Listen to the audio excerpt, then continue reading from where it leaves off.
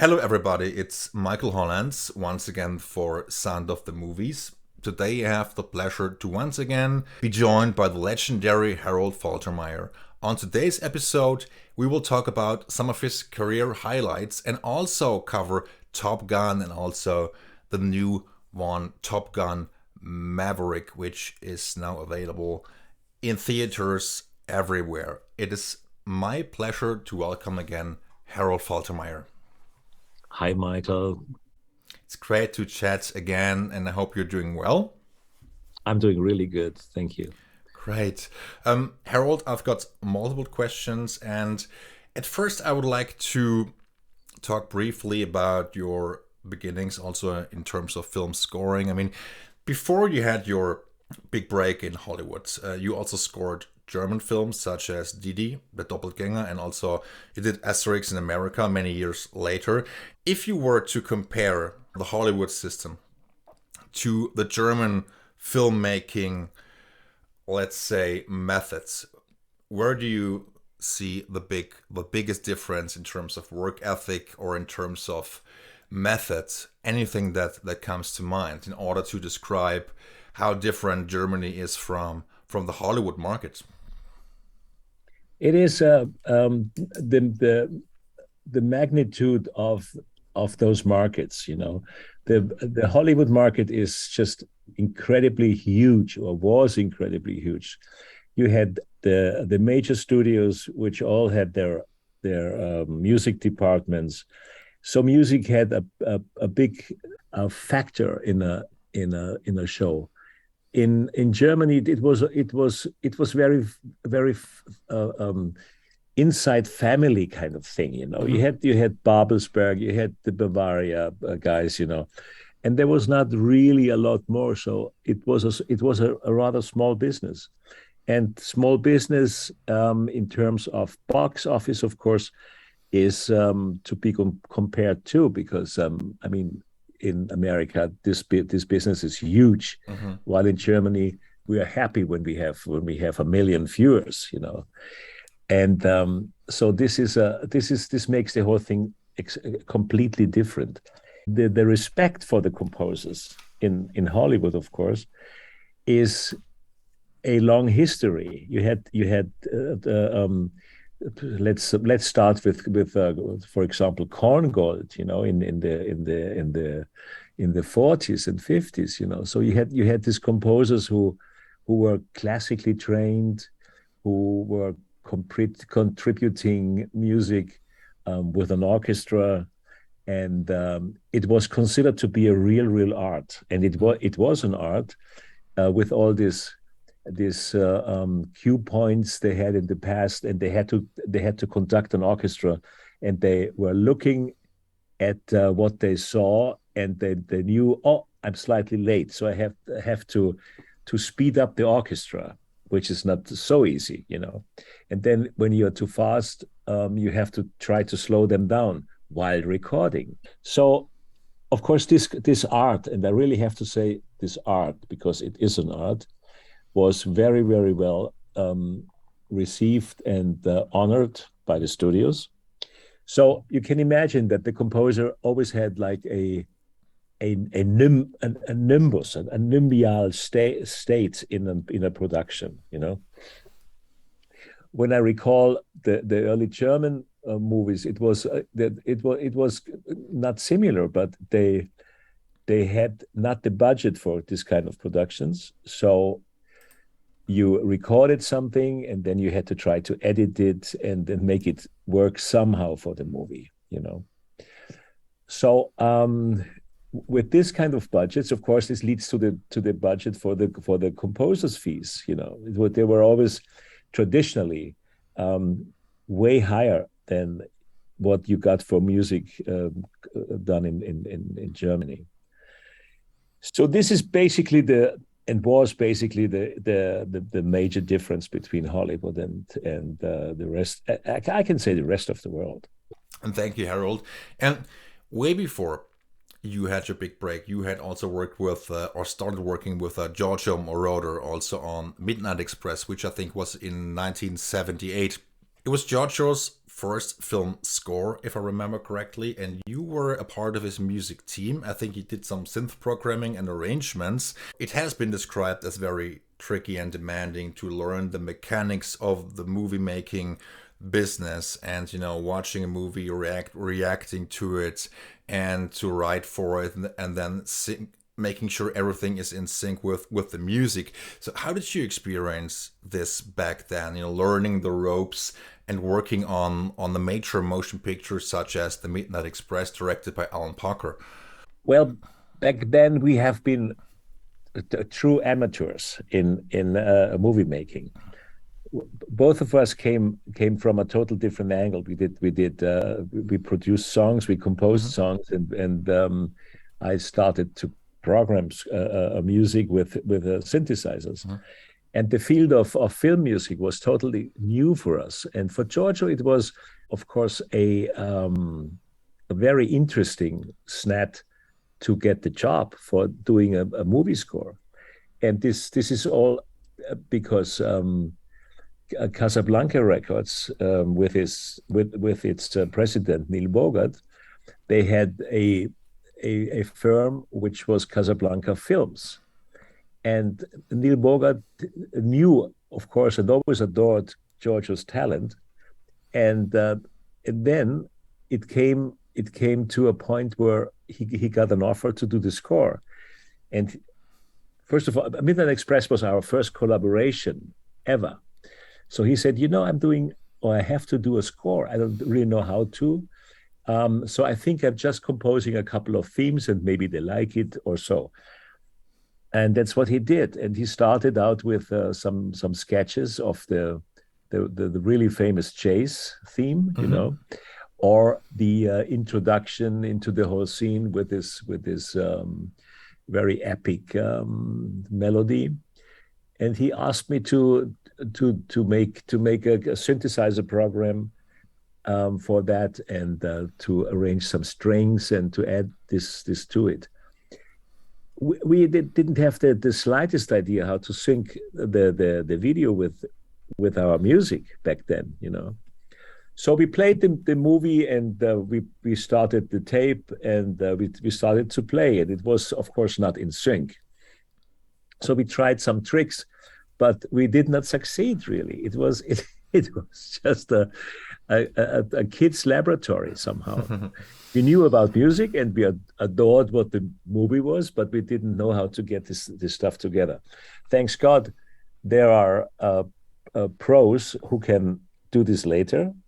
And they told us what to do, and they told us what they need. They need a couple of bars more here, a couple of bars less there, a total different instrumentation there. And so we did. And this entire project was more or less something like an instrument flight. It was not, we didn't see anything. It was like in the clouds, Wow. But at the end, it turned out to be a brilliant score. Giorgio got an Oscar for that, and I'm really proud that I have been part of that. But of course, with the next movie, we knew a lot more about sync, and because we went into this field, because it's embarrassing, to do a score like that and not knowing how to sync a bloody tape recorder with a video recorder. And as you just mentioned, Harold, and thank you, Giorgio indeed won the Academy Award, which was even before Vangelis for Chariots of Fire, which I think was in 81, 82. And so that was huge, winning the Academy Award for a score of this kind. And also for the film is very strong. It's such a powerful and strong movie, one of Alan Parker's, I think, best movies. And your work on this film speaks volumes. It was really fantastic. And later on, Giorgio had also established a relationship with Simpson-Bruckheimer, as he was hired to also work on Flashdance. The next one after Midnight Express for him was another movie for Casablanca. And this was Foxes with Judy Forster, with a young Judy Forster. Yes, Foxes, of course, yes. Right. And then the next one was Richard Gere. American Gigolo. American Gigolo. And that's where he started the relationship with Bruckheimer and Simpson. Right. Jerry Bruckheimer actually produced this film without the credit of Simpson, but Don Simpson was, before he started working with Jerry Bruckheimer, Don Simpson was head of production at Paramount. And Jerry Bruckheimer has sole producer credit on The American Gigolo. Yes, which Giorgio scored. Hence the relationship with Bruckheimer, which then grew and also led to Flashdance, which then ultimately led to you scoring Thief of Hearts. That's right. Exactly. So I met Jerry Bruckheimer the first time while we were doing American Gigolo, and it was he was stunned by the way we scored, and he was stunned by the way what you can do with electronic devices. Mm-hmm. And he was stunned that you could change the sound of what you played instantly, because this was the beginning of MIDI, so you could feed any instrument into a data you played before. This is a unique thing, and this led to a multiple adventure to score and to change the way of scoring. Mm-hmm. So, and of course, I was in the middle of that. Giorgio was the composer, and I was the wizard on the synthesizers, and that was what Jerry Bruckheimer obviously remembered, and that's why he called 2 years later and said, "Could you score a movie for us?" Yes, and this was Thief of Hearts, and this was right before Beverly Hills Cop. They were both released in 1984. And I mean, the team of Simpson-Bruckheimer, they were really on a run. I mean, they had huge hits. But Thief of Hearts, for some reason, was not a big hit. But I really enjoyed the movie, and I think it's a really, really good electronic score. And Giorgio wrote the song, you produced it, and you wrote the score. And I think there is 4 or 5 cues of score on the album, and I would like to know, Harold, about your feelings taking over as a lead composer, working with Simpson-Bruckheimer, and the whole environment back then in the 80s, before you had your big break, so to speak. When Jerry made the call, I was very honored that he made the call. Mm-hmm. And I asked him a silly question. I said, Jerry, why doesn't Giorgio do that? And he said, well, first of all, I called you and not Giorgio, and there must be a reason. And then later he told me the reason. He said, Giorgio is busy with all kinds of different things.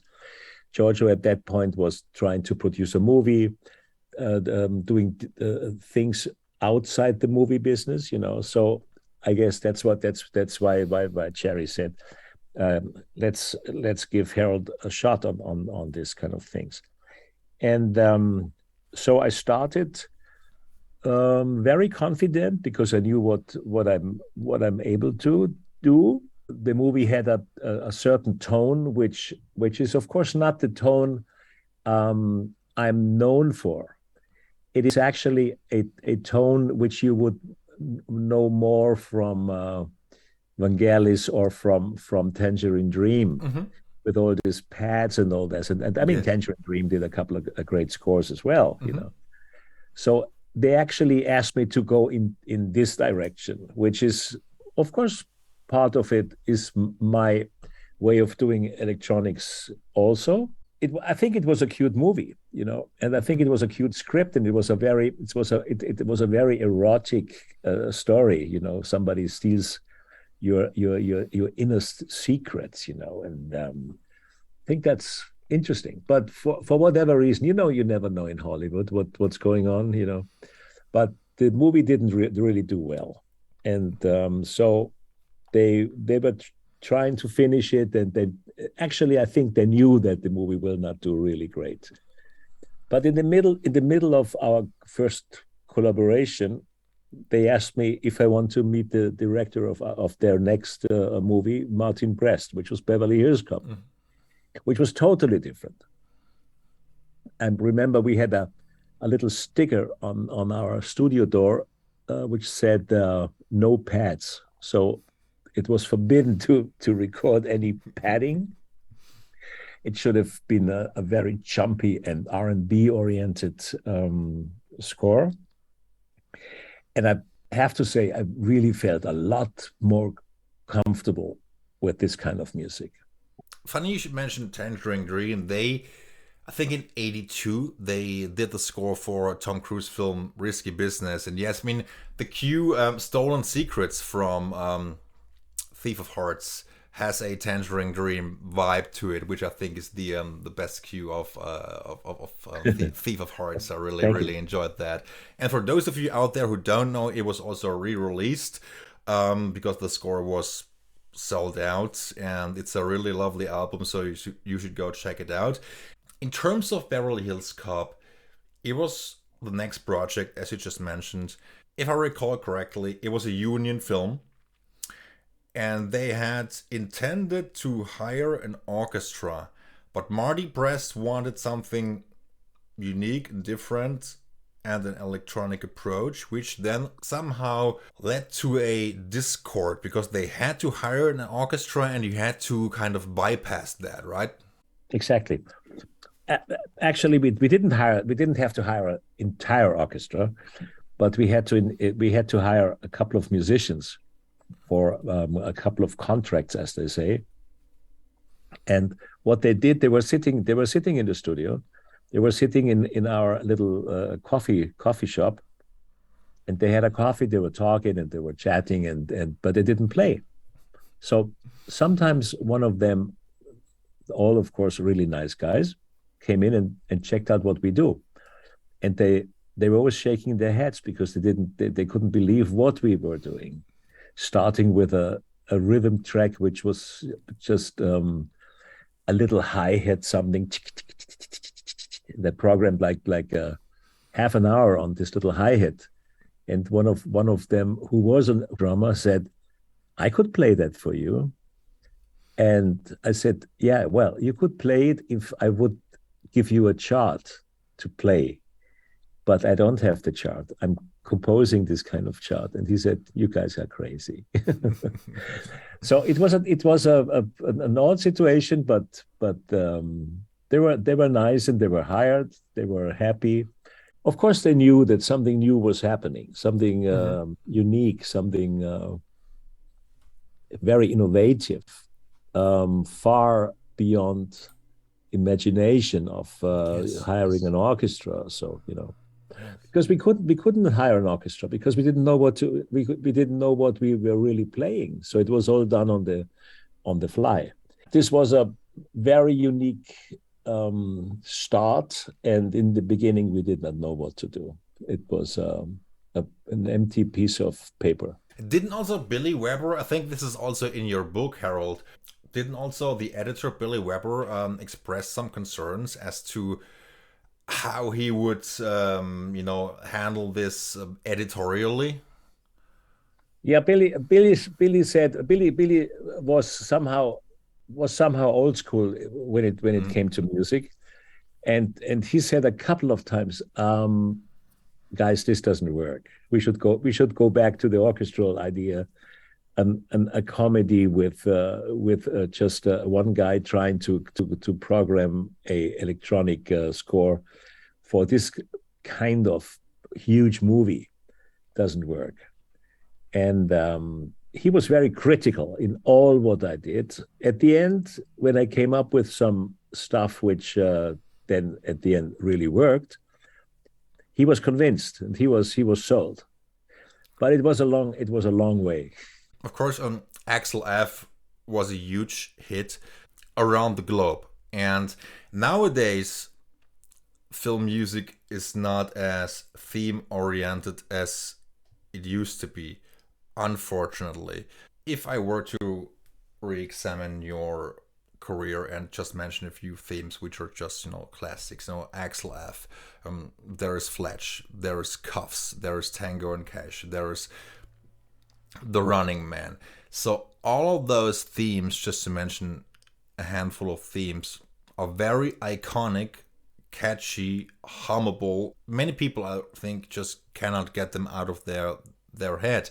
So I think back then it was way more important to have a theme for a character or a different set of characters which the audience can ultimately relate to, right? Exactly. And this I know that this kind of scoring changed when somebody asked me to put the melody on a different track, and I didn't understand in the first place, but I picked up pretty fast, and I knew that that scoring will change forever. And there was not a question at all in our early works in Beverly Hills Cop to put the melody on a separate track. We did not work in stems. We worked in a Dolby 424 environment, and we delivered a mix. And if they were asking for stems, it was like, give us something where we can connect two cues of you with some little tiny things. But then with the ability of recording with hundreds of tracks, and back then we only had 24, or if we were synchronizing two machines, you had 48 tracks. This was all. We didn't even have the technical possibility to do that. And when you look at the works of today, you deliver a more like up to 500 tracks kind of final mix to the stage, so they can keep things off, add or change the balance of things. And for me, as a theme writer, it was pretty hard to get rid of my melodies, you know. Yeah. But it's the flow. It's the flow of this century, and it's the flow of the last last 2 decades already. Yeah. To score in drones, in low frequency cues and whatever, you know, and leave out the melody. So the whole business has changed, and not only in terms of hardware and also technology and software, but pressure has increased also drastically, because nowadays, because of the advancements in the field of technology, everything has to be faster. There is a faster turnaround. That's what happens, and it happens, of course, because of the new way of technical abilities. When you did a piece of score back then, there was a yes or a no, and when there was a no, you had to change it to the yes on the fly, and when you got your yes, it was done. They had to put it on a piece of mag tape, you know, and this process alone was an hour's work. So today it's totally different. You're getting new edits on the fly on your server. You are pushing and you're uploading your music on the fly to a server. They get it back, and they can arrange their cut in actually no time. And this was not possible back then. Emails, for instance, nowadays, of course, we have had emails for several years and decades, but of course now you can send a piece of music in like that. It takes 2 seconds to send an email with a piece of music, and everybody has their own opinion. You send it to the producers, directors, studio executives. Back then it just wasn't possible, and then of course you had to process the dailies, which of course happens much quicker today versus back then with all the digitalization. So it's an improvement on, let's say, in terms of technology, but it's not an improvement in terms of, you know, having to work on it, musically speaking. No, not at all. It is, and it leads to the question and to the answer. Once you deliver the piece of score, it sounds great, but can we try something else? And that's, of course, for a composer, not the thing you want to hear. And you put every piece of creativity into a cue, and then somebody tells you it sounds great, but it's not really what a composer wants to hear. Yeah, absolutely. And even more importantly, I mean, you are known for so many themes and for your style. I mean, of course, I know you could do it all. You could write a big orchestral score. I mean, you have a big musical background. You studied music. You are so well versed in terms of electronic music. And what I find difficult is to establishing your own voice, because on many occasions I feel that today's music has a tendency to be interchangeable. It doesn't have the same, let's say, unique style as it used to. Not all the time, but on several occasions, be it pop music, rock music, or be it film music. What would your advice be to up and coming songwriters, to composers, in order to avoid being typecast, in order to avoid, just sounding like everybody else and developing your own unique style? It's a tough call because all the composers have more or less the same library of sounds. All the composers know that there shouldn't be any themes, or it should be all like drones or chase sequences with sequences. And so it's very hard to get out of this box. My advice always will be: try to be unique, try to be anachronistic, try to be you're trying something odd. Don't try what everybody else tries, and then I think you will succeed. As we will talk about Top Gun, I would like to talk about Don Simpson, Jerry Bruckheimer, and also Tony Scott, because Tony Scott directed the original Top Gun back in '86, and he also directed Beverly Hills Cop II, which was released in 1987, and of course Simpson-Bruckheimer produced it again. I know that many people would be intimidated, and probably rightfully so, by having to face a team of this magnitude. Tony Scott, director, and Don Simpson, producer, Jerry Bruckheimer, producer. Don Simpson certainly didn't have a reputation of being, how do I put this delicately, of being a very quiet person. How would you describe their, if I may ask, how would you describe their personalities and how demanding it was to really get them to sign off on the cues and everything that you did? A good team is very often built with two complete different characters, because everybody is fulfilling a mission. One is the straight guy, the other is the crazy guy. So with these two guys, it was a little bit like that. Jerry as the absolute together businessman, and Don Simpson, the wildcat with amazing ideas. So you had to just connect them, and you got a unit which just worked. And not for nothing they called them the Golden Boys back then. Mm-hmm. They were larger than life. But everything they started to develop, and they started to get off the ground, they succeeded. So, and then with a guy with this amazing eye like Tony Scott, who is I always called him Mr. Eye, with this incredible vision to see a scene completely different than all the others, made a invincible team. And it was a true pleasure to work with them. Sometimes it was hell, because you didn't know what they were talking. I always tried to understand what Tony meant when he said, "I need this high fucking thing." But there was something which he heard, which I didn't even play. It was a high fucking thing. So I think I said to him, "What do you mean? You mean this high string note? No, it's far higher, and it's like a pulse." So I didn't understand what he means. He said, "Okay, let me play you the music. Let me play you the music without the movie." And I played it, and then point out what you mean. And he said, "No, now it's gone." And then I said, so the high fucking thing is in your film.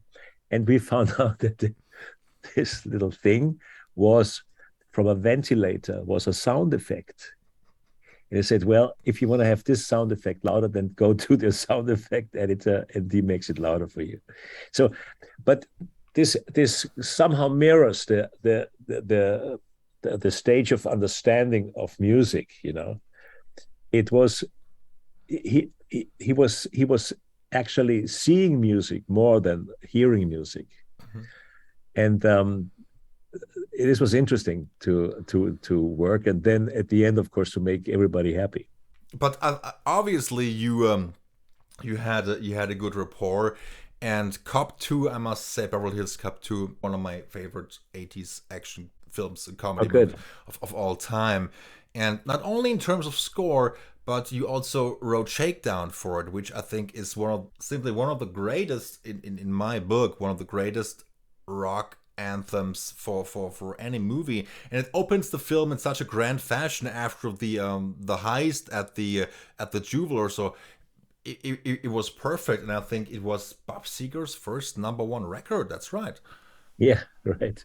May I ask how the first Top Gun came together? Because I am under the impression you wrote the Top Gun anthem while they were still shooting. I think they were a week or 2 weeks into production, and then you had a meeting with Simpson-Bruckheimer in which they kind of tried to get an idea out of you, and they asked you what you had in your head, and then you kind of quote unquote bluffed them and said, well, yeah, I've got something, and they wanted to hear it, and then it kind of progressed from there, and at night you ended up in the studio actually improvising a large part of the theme. Is that right? Exactly. Yeah, it was. They were into pre-production of the movie, and of course got somehow nervous. What is the tone of the movie? What is the tone of the score? And the only really great briefing I got from Bruckheimer was, you have to imagine this is something like Rock and Roll in the Sky. And I said, well, I can imagine that. And I came up with this theme in a very, very hot stage. I was working on Fletch, and I was composing some cues for a sequence in Fletch, which was when Chevy Chase dreams of being Michael Jordan. At the same time, when I recorded Fletch in the neighbor studio at Oasis Records, where we did all these kind of things, was Billy Idol with Keith Forsey and Steve Stevens doing some demos for their upcoming album. And Billy had a break of some kind, and he heard me through the door that I was playing this kind of melody, and everybody knew that I was doing Top Gun as my next movie. And he came in and said, "Harold, this is Top Gun." Da, da, da, da, da, da. And I said, "How can you tell us?" I said, "No, this is Top Gun. This sounds great." And off he went with in the hallway, da, da, da, da, da, da. And that actually led me to put this kind of melody away for some time, do something else for Fletch. Then the inevitable evening with Bruckheimer and Simpson came, and we had dinner, and Simpson said, "Oh, by the way, do we have an idea for a theme for Top Gun already?" And that's the story you just tried to tell. And I said, "Yes, I have something. It's somewhere in my head." And then Jerry, with his analytic kind of approach, came and said, "Well, if you have it in your head, you can play it, can't you?" I said, "Yeah, but it's just a couple of bars. It's not ready yet." And then Don says, "This kind of it's not ready yet bullshit we know from a lot of people. So why don't you play it to us, and so we can hear it?" I said, "Yeah, well, but no tape, no nothing. I would have to go to a piano, to some kind of keyboard, and play it for you." He said, "No problem, let's get a piano."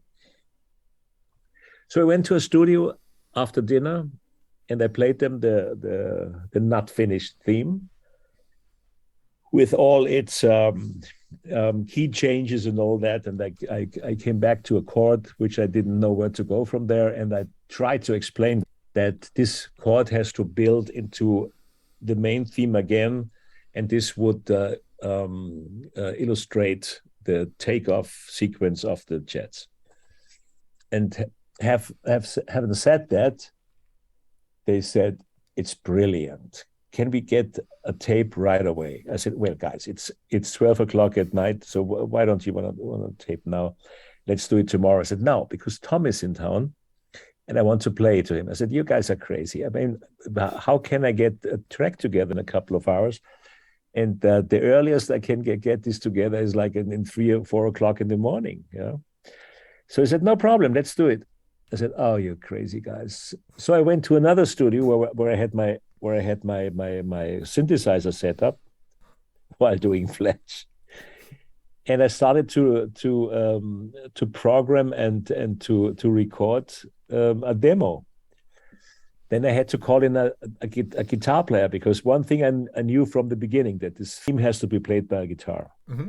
So I called Richie Cito, which was a friend of ours. I said, Richie, do me a favor. Can you get out of bed and come to the studio in an hour? And he said, you guys are crazy. He said, I'll do it. So he was here at 2 o'clock in the morning, and we recorded Top Gun Anthem. And 3 o'clock in the morning, I called Jerry and said, come on over and you can listen to a very, very rough track if you want.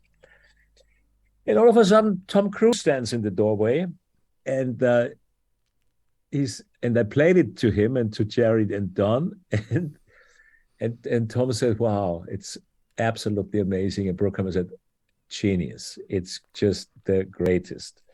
So Tom, I still remember, Tom said, can I have a tape? I said, of course you can have a tape, which was a cassette back then, you know. Wow. So I gave him his tape, and believe it or not, like now 35 years later, when I saw him again, he said to me, you know what? I still have this tape you gave me back then in my files, and I still play it the 4th of July. I said, well, I'm extremely honored, Tom. Great. That's the story of the Top Gun Anthem. Well, and thank you for telling that story. Again, thank you, Harold. And I mean, the Top Gun Anthem, it's such a really, really good piece of music, and it's timeless. It really is absolutely timeless. It stands the test of time. And, you know, people will probably still be listening to it 30 years from now. And the whole album also was a best-selling album. And now you also wrote songs for other movies. I mean, you wrote The Heat Is On for Beverly Hills Cop. You wrote Shakedown for Cop II. And you wrote Mighty Wings also for Top Gun, which is an absolutely fantastic song. And it's culminated in a worldwide best-selling album, which they also re-released, including the track, the cue Memories, which you wrote. Which brings me to my more accurate question. I mean, a couple of years ago, you released, Harold, the Composer's Cut Volume 1, which included many unreleased versions of your themes. And it also had Memories on with the acoustic guitar. And do you plan on releasing Composer's Cut Volume 2 down the road? Well, I wouldn't say no. In the moment, it's not planned, but once you release a volume 1, it always leads to a volume 2, 3, 4, 5. I don't know how long I'm doing this, but there's a chance. Great, I would love it. And speaking of albums and album releases, I mean, you once told me, and that's of course a fact, that you back then lost your rights to the music the moment you walked off the lot. Also, when it comes to Paramount Pictures, I mean, Beverly Hills Cop 1 and 2 were released by La La Land many years after the films were released. We had the original soundtrack albums. Cop 2 contained no score, and Cop 1 contained Axel F. Luckily for all the fans, Cop 1 and 2, the full score, were released. But what about Top Gun? Have you ever had any discussions with Paramount Music about releasing the complete Top Gun album? I know that La La Land Records Mhm. um, brought up this matter, and I think they almost succeeded. It's still, I think it's still scheduled for a release, and I think they made the contract already, but the release date, I don't know when this comes out, but I'm sure sooner or later it comes out. Great. I hope so. And Harold, of course, back then I was given your autobiography, which in Germany was called Grüß Gott Hollywood, basically Greetings Hollywood or Hello Hollywood. And now an English version is available, which is called Where is the Orchestra? So is it basically the same book, only translated into the English language, or did you expand a few parts here and there? It was written originally in English Hmm. because my writing in English is a little better than my German writing.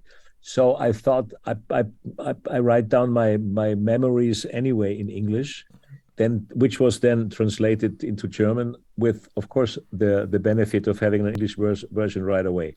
And of course, the book contains all the stuff which is written in the first one, and of course has additional chapters because in 4 years a lot of things are happening, Of and course. we of course put in the story of Top Gun Maverick and a couple of other stories, private stories like my marriage and so on. Hmm. So this is a very good example of my life and a very good biography, which is really good readable, and it's like I said, it's an extended version of the first one, Great. and its original title always was "Where's the Orchestra?" because this was the trivia question of Paramount in the first place when I came up with a couple of tracks of electronic music for a blockbuster comedy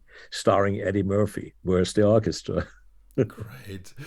Is it an ebook only or real book? No, Where's the it's an orchestra? ebook. It's an ebook only. We did not plan to release any hardcovers.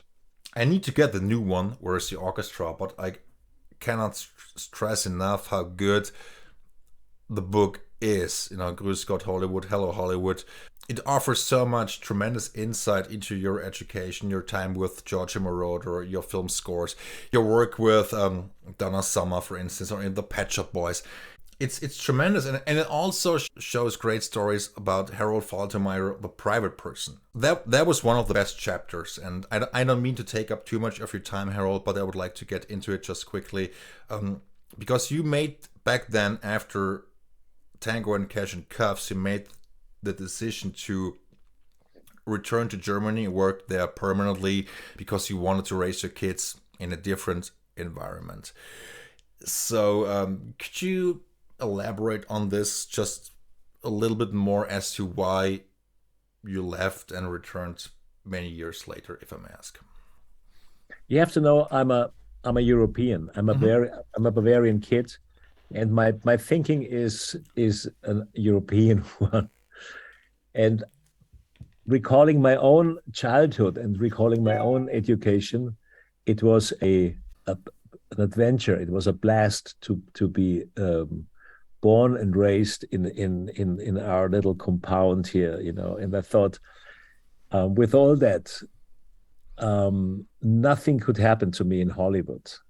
No scandals, no drugs, no whatever, rock and roll. I always found the way back, and I thought, and seeing, of course, seeing the kids of a lot of families back in Los Angeles, in Hollywood, in Beverly Hills, how they were brought up and raised. I thought, I don't want to have my kids be like a Hollywood brat. And then when they are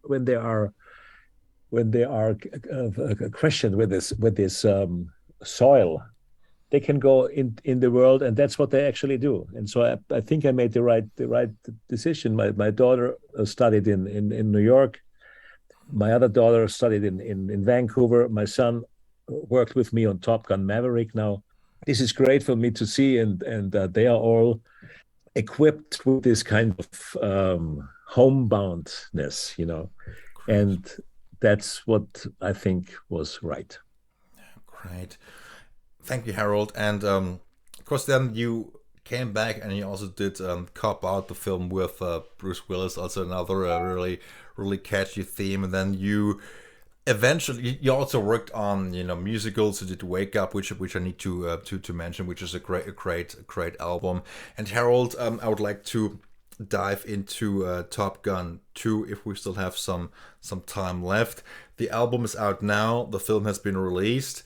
There is an official album, and of course, well, I shouldn't say of course, there is a Japanese version of the album which contains one additional score cue. The regular album is now available. It contains Danger Zone, which it was also, of course, on the original album. Yep. There's a One Republic song, a Lady Gaga song called Hold My Hand, and there's about 35 minutes of score. I would like to talk about the beginnings of Top Gun Maverick.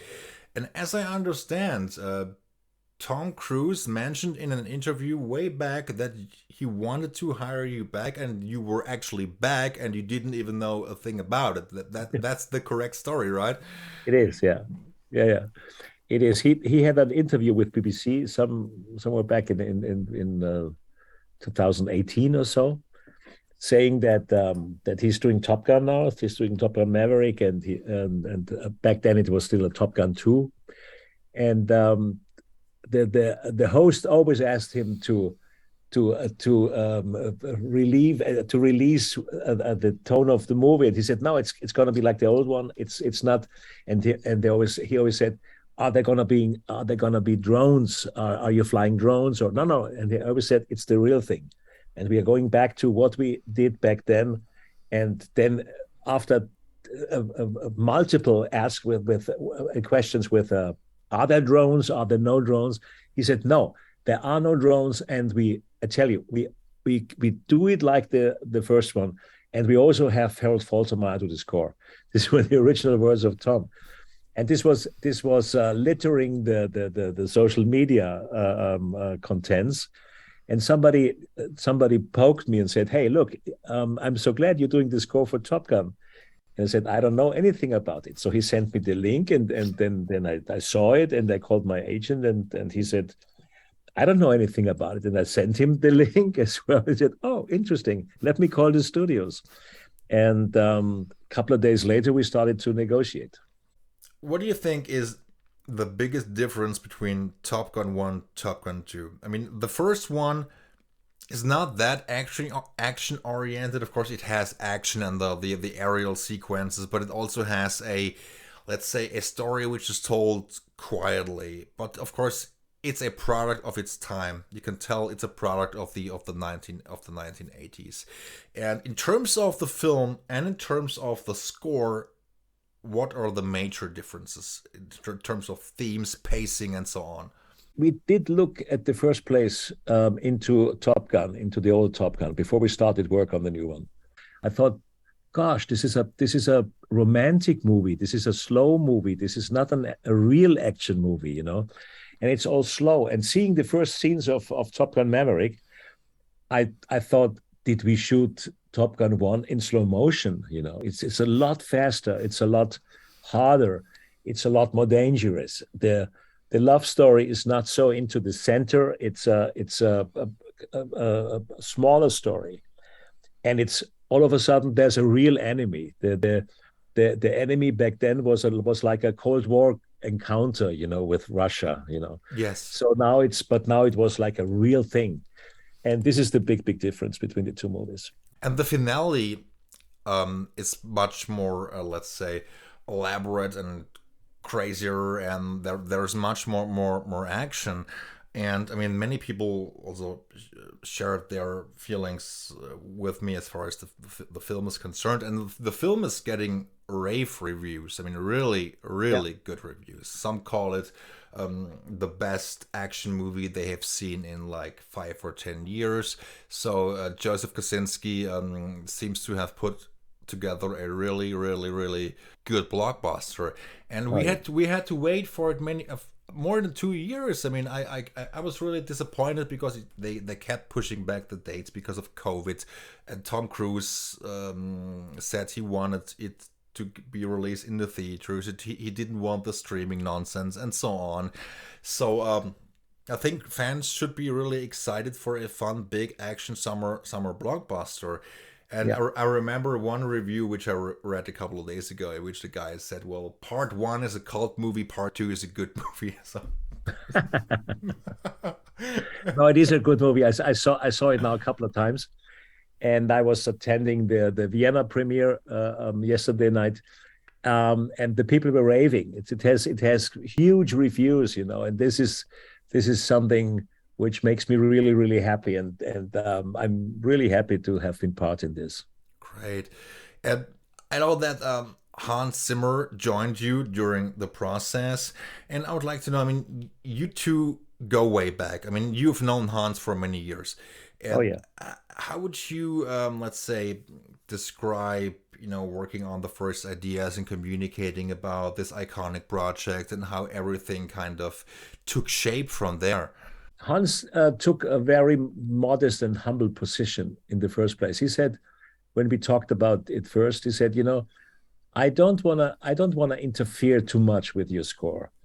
What you did back then was magnificent, and I want to be part of it, and I love to be part of it. But I love to be part of it as an arranger, as a mentor, as a guy who gives you ideas and pokes you into some situations, and that's exactly what he did. And of course, he did compose a couple of cues as well.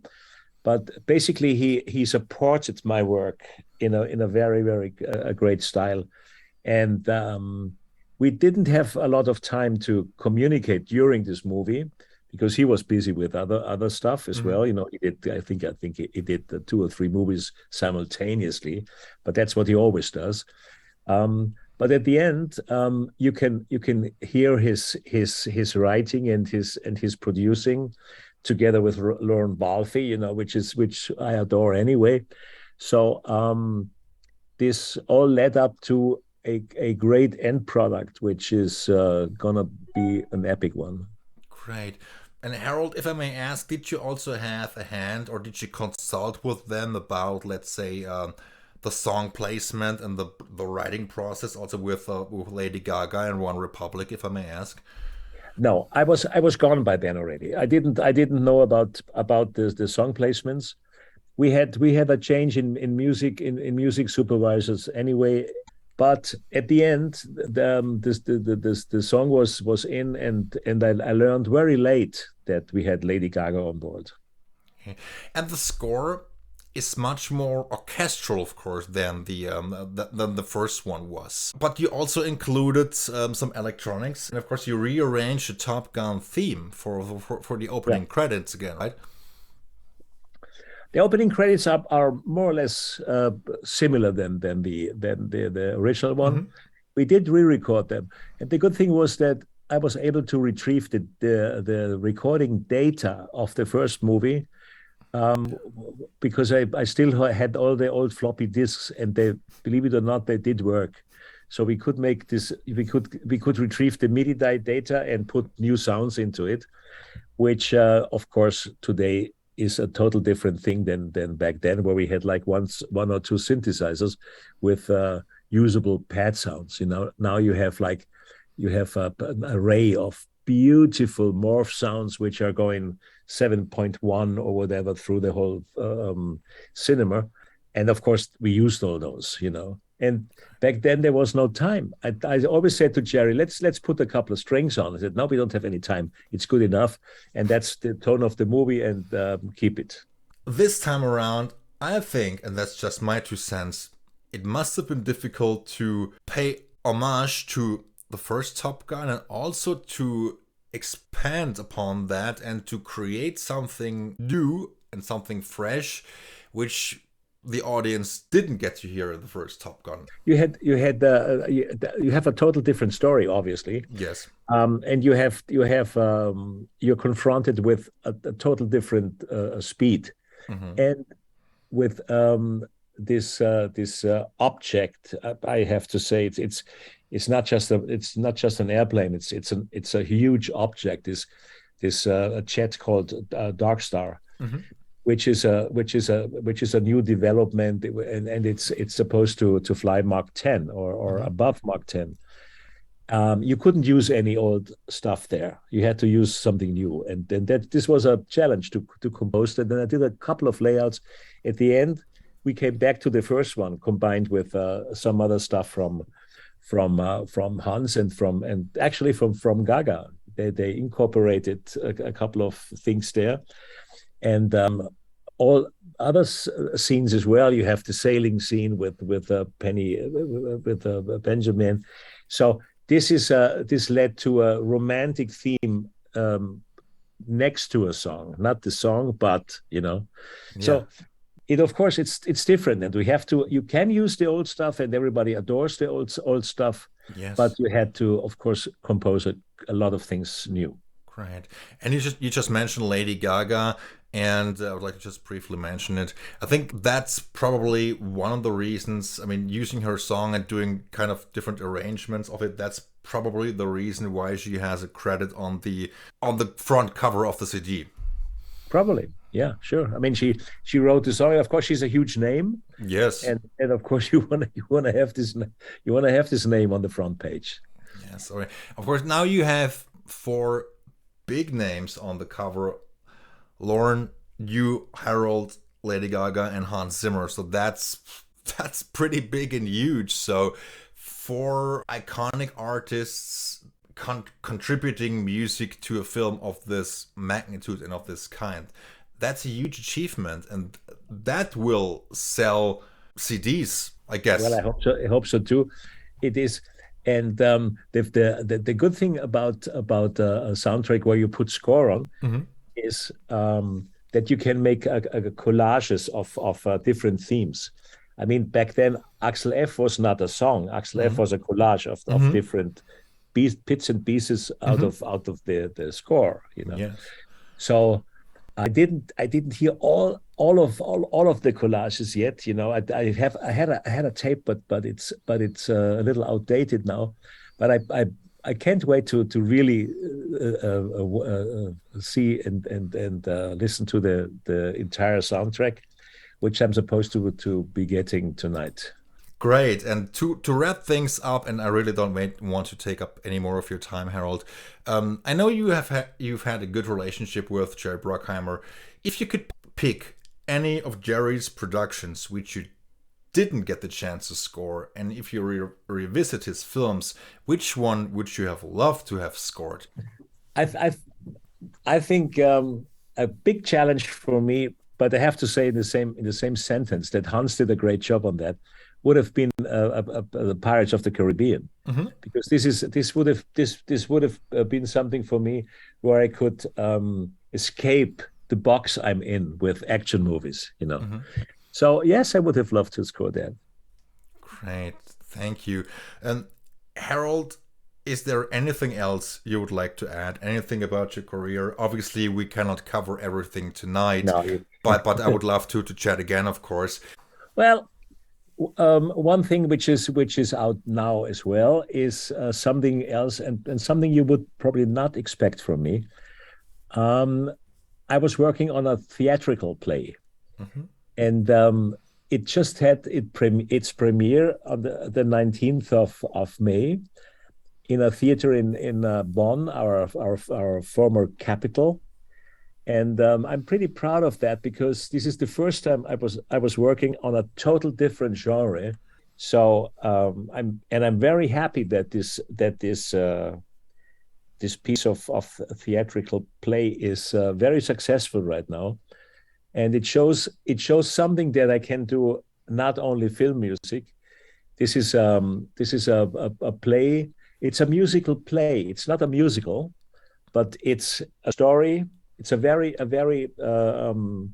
cute story about a taxi driver who is a jazz saxophonist, but he has to drive taxi because he doesn't have any money, and his first and only guest is an elderly, what we call in Germany, Schlagerstar, and she's above and far beyond her career, but she's still a diva, and she enters the taxi. And and he doesn't know her, and she always expects that everybody knows her, and he's coming from a total different musical background, and she doesn't know about jazz, and he doesn't know about Schlager, about German pop music, And the play is called Brauchen Sie eine Quittung in Germany, which means, do you need a receipt?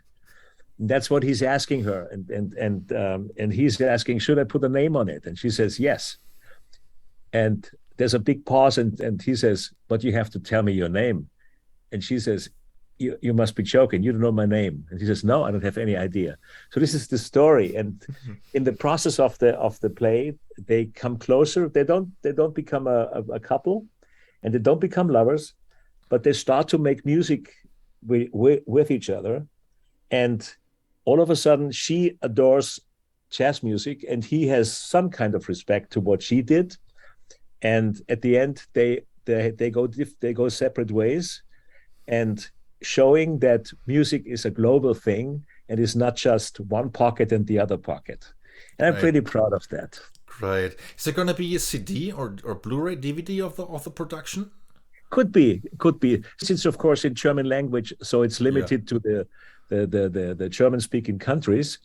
But you never know if this is going to be a huge success. There might be a translation. Well, I would love to see that also with Ingolf Lück. Yes, you know who's playing. Anja Kruse and Ingolf Lück. Yes, great. I would love to see that. And thank you for elaborating on that. And what else is next for you, if I may ask, to wrap up? Oh, now there is a big break. I tried to spend time in the mountains. I had some rough years behind me. My mother died a year ago, and so the entire family estate had to be rearranged and everything. There was a lot of work, and lot of things to take care of. And now, having Top Gun finished, having the play finished, I think I deserve some time out. Absolutely. But I'll be back. Great. And Harold, thank you. I would like to thank you so very much for taking so much time out of your schedule. I really, really appreciate that. Stay safe, stay healthy.